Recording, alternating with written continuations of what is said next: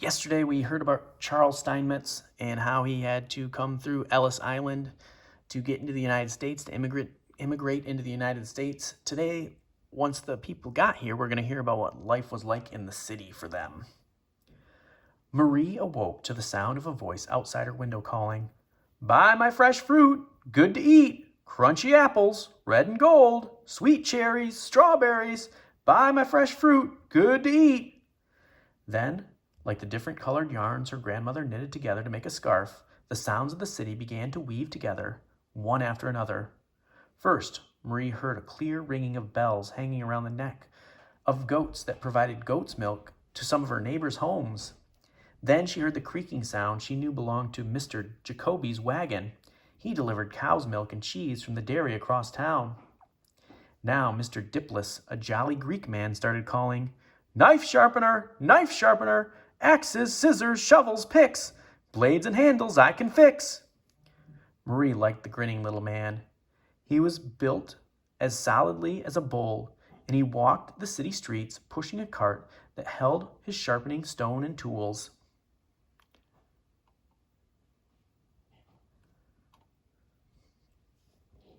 Marie awakened her two younger sisters, who shared the bed with her, then crossed the little room in 2 steps to wake her baby brother, who was still small enough to sleep in an open drawer of their old wooden dresser. "Everybody up," she said. You can see the little baby in the dresser drawer at the bottom.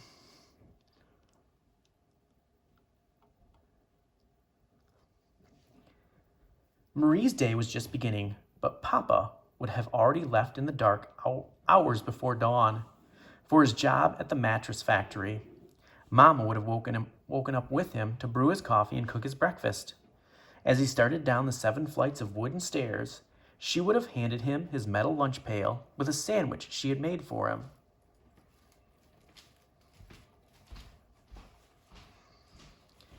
Our new home is not like our quiet little village in Italy, Marie thought for the 1000th time as she helped her youngest sister and brother get dressed.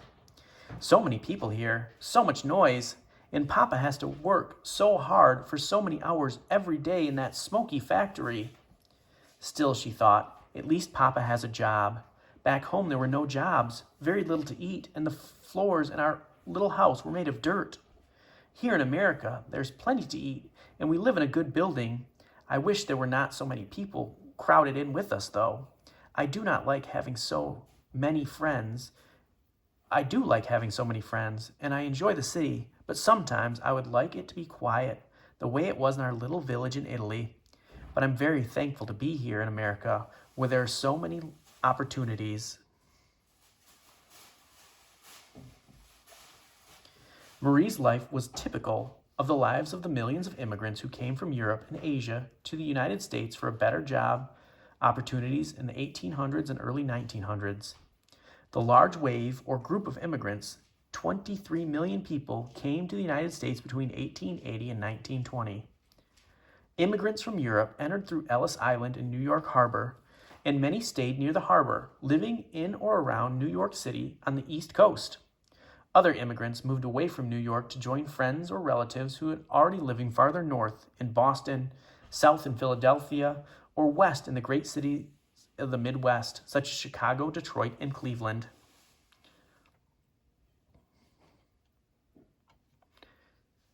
Meanwhile, Chinese and other immigrants from Asia came to the west coast from the United States through a city of San Francisco, passing through Angel Island Immigration Center in San Francisco Bay.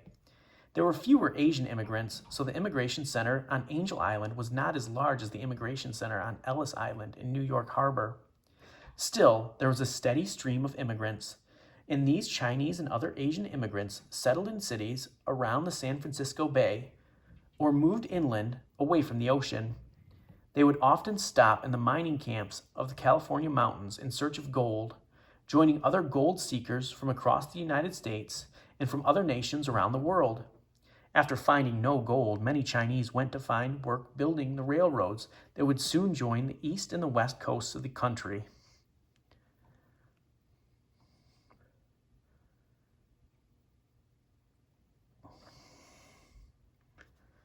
Although many immigrants settled into the countryside as farmers or villagers, most of them made their homes in the big cities of America.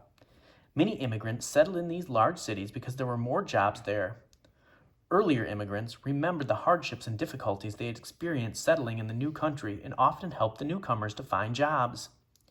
City immigrants worked in factories, making everything from shirts and dresses to the buttons and buckles that closed them, from small wooden picture frames to huge wooden railroad cars, from loaves of baked bread to huge ovens in which they would do the baking. Some owned their own businesses, little shops and stores that sold produce to eat or goods from their home countries. Others sold items from carts or wagons, which they pushed themselves or had a horse pull for them.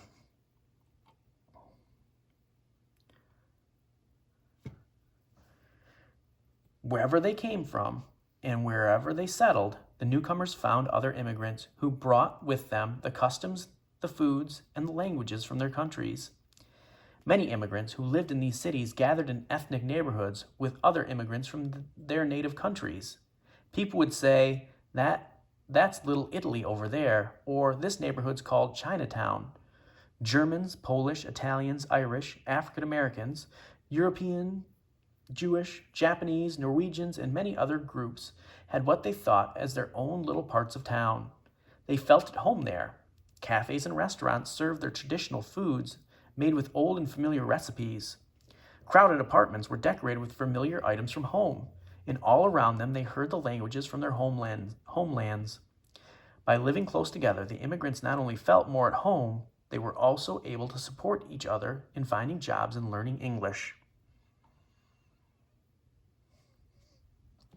Immigrants felt safer and more comfortable in these neighborhoods, but they would often have to travel outside their parts of town to work and live.